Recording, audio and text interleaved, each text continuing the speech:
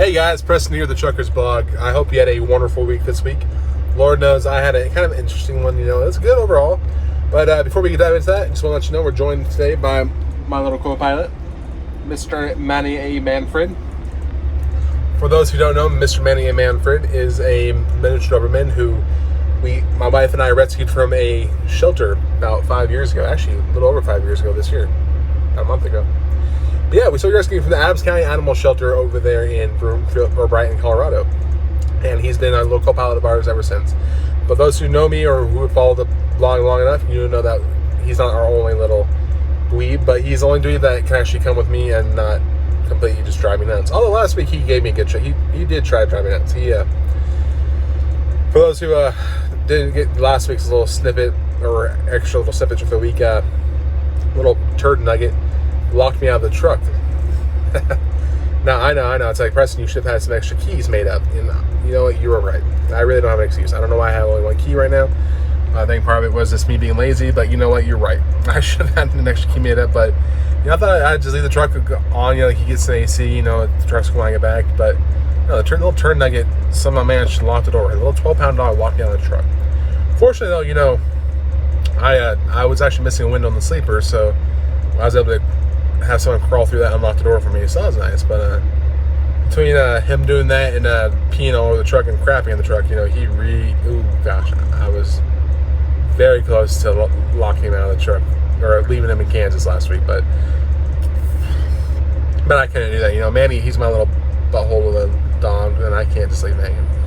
But sorry enough about that. But yeah, good news. It was actually a pretty good week overall. Unfortunately, I did get a little sick last week.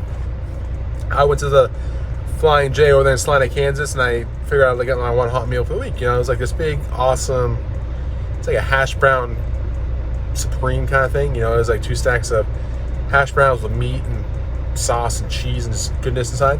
It was actually really good, but I got a really scratchy throat and had some issues. Usually when I eat something I'm allergic to. And so I figured, it's going to be uncomfortable, but, it might have had some peanuts or peanut oil or something in there. And so I wasn't all too happy and thrilled about that. But I guess it wasn't quite that, because when my wife got back, when I got back, my wife were hugging and honestly giving her a kiss or two. Those, you're married, you got to give her a little smooch here and there.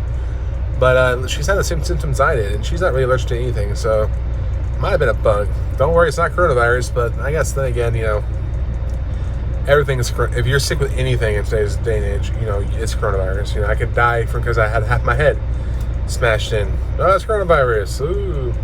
But anyhow, that being said, it was kind of a just interesting week this week, with that. But the good news is I finally got my sleeper window replaced. I am so happy about that.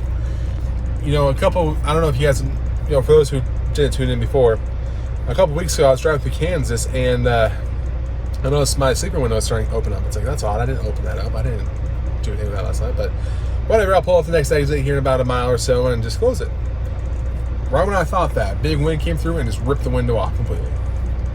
And me being kind of ignorant and new to the owner-operator world, I didn't quite realize how expensive those windows are.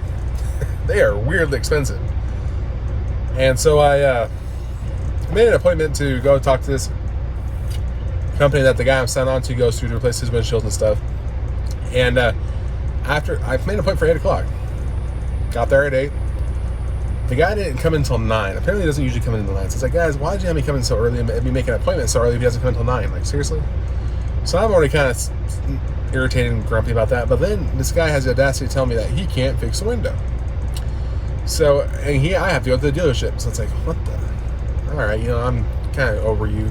So I went to the dealership. The dealership said it'll be $1,000, $1,000. It'll be like $500, $600 for the window itself.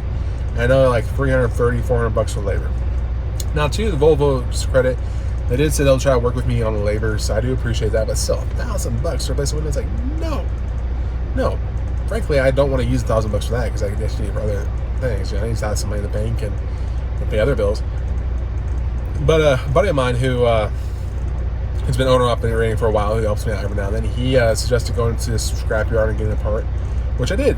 And that was an ordeal. So I ordered one, right? And the guy warns me, hey, the part, if you risk, based on things that happened in the past, it may not come arrive to you in one piece. And I thought he kind of had to say that. I didn't think because God forbid something happens, I don't turn around and get him for it. But he sure enough, it came in multiple pieces. And my wife says that it's probably a UPS guy, because she said she heard a thunk at the door. And it's like, what on earth was that? So UPS guy has dropped this $250 window at the door. And honestly, I thought I was kind of skunked. It's like, great, I spent $300 with shipping for this stupid thing, and I'm out of that money. And because the guy did warn me that there's a chance. So I was like, well, I'm mad, but I can't get at him for this, because he did warn me this might happen. My wife, though, being Latina, she raised hell. Like, holy smokes, I feel sorry for this guy. And despite him warning me, he was able to, partly because a fire pistol or redhead convinced him. He was able to get me a part, a replacement window for $150. So it's still annoying I had to spend that, but got the part. And my buddy who's the owner up, he helped me install it. He saved me. All it cost me is really a dinner at some point. And I got my window done. And I tell you what, it's so much quieter in the truck. You don't truly appreciate how much the window knocks out the sound. So it is awesome. But another thing too that I kind of want to talk to you guys about a little bit. I'm here at the TA in Alba, Nebraska. And something that's kind of interesting about truck stops is they're kind of like urinals in the men's room. And there's a bunch of open spots. You don't go by it's an unspoken rule that you don't go to the one right next to someone else. You leave a gap. Especially, and same goes with truck stops. If there's more than one spot open that allows you to have spaces in between, you don't usually take the one right by another truck unless, that's the last one available. I'm sitting here tonight, and while I was doing my little workout and stuff and walking the dog and whatnot, I see two other trucks parked side by side. There's one. I don't know if you can see them over there, but number 91 over there. They pulled right by me. There's literally probably 15, 20 other stops available in this parking lot right now. And they parked right by me. Honestly, not that I should really care all too much. It's more just an irritation than anything else. But come on, man. You gotta know the truckers rule. Truckers rule, you do not do that. But, what day? I've been up all day. I might be a little grouchy. I might be letting little things get to me. But you know what? I'm a privileged white male, and I got a right to bitch about all I want. No, but in all seriousness, so it is kind of irritating, but whatever. But that being said, I hope you guys have a wonderful rest of your week. Unless something catastrophic happens, like my dog locked me out of the truck again, I shall see you guys on Sunday, where we will talk about Dog Like Faith Part 5. And about the Job, and this part of Job, it's really hard because, he's losing everything. Everybody around him is telling him he should just turn from God. And right now, when we touch on this next week, we'll see exactly how a man like this is able to keep the faith. Because I tell you what, it is not easy. It's so not easy.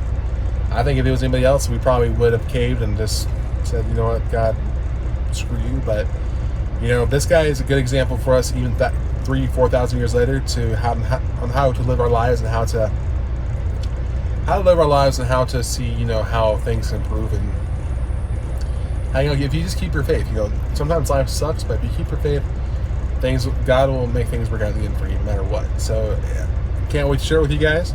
And I will see you guys on Sunday. See ya.